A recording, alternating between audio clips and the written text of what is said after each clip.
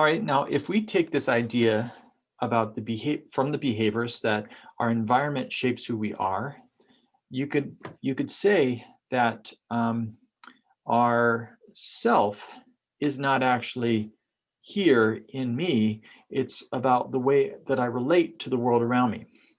So Christians sometimes emphasize that we should make decisions and take responsibility for our life as if the self or the mind is just enclosed and it's walled off from the world around it. And I think the behaviorists expose a truth that sometimes Christians can miss, which is that we are deeply connected to our environment and our social network. We are shaped by our relationships with our peers, our family, our friends, from the role models we have in the media and movies and TV and social media. And we can become conditioned to behave in certain ways outside of our own awareness, outside of our own volitional control.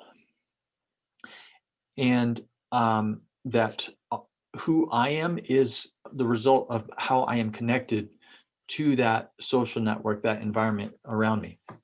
So I think it's really important to recognize this truth, because then we can appreciate that our free will isn't so free. And we mentioned Augustine before. Augustine characterized it as a bounded will.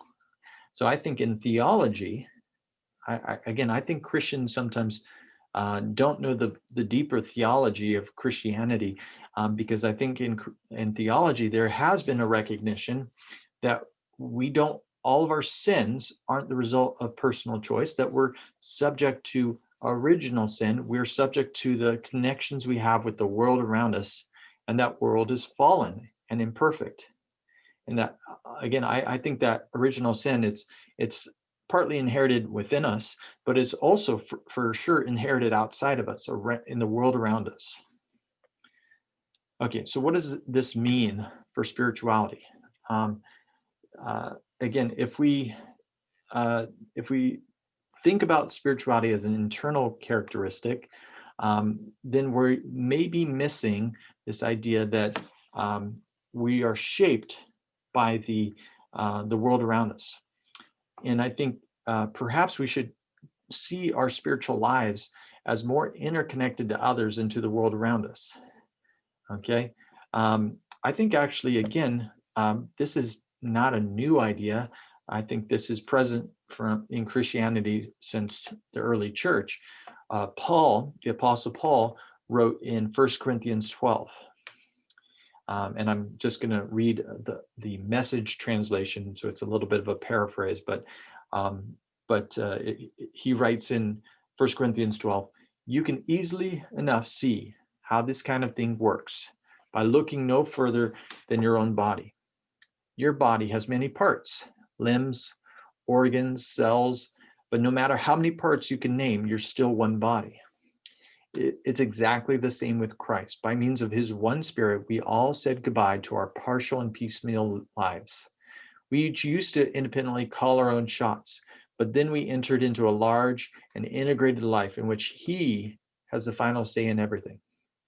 This is what we proclaimed in word and action when we were baptized. Each of us is now a part of his resurrection body, refreshed and sustained at one fountain, his spirit, where we all come to drink. The old labels we once used to identify ourselves, labels like Jew or Greek, slave or free, they're no longer useful.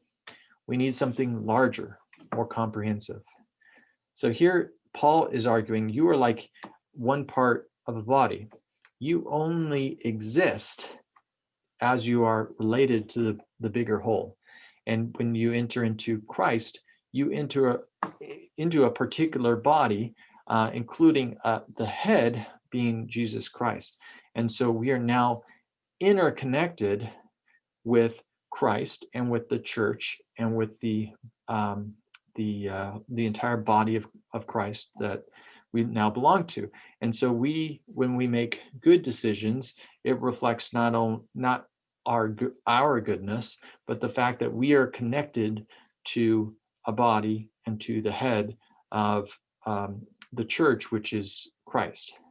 And so I think all of that is just evidence that we are not independent, isolated individuals. We're just deeply connected. And this just emphasizes this idea of extended spirituality. It's not me on my own learning how to connect to God. It's me as I connect to the church around me.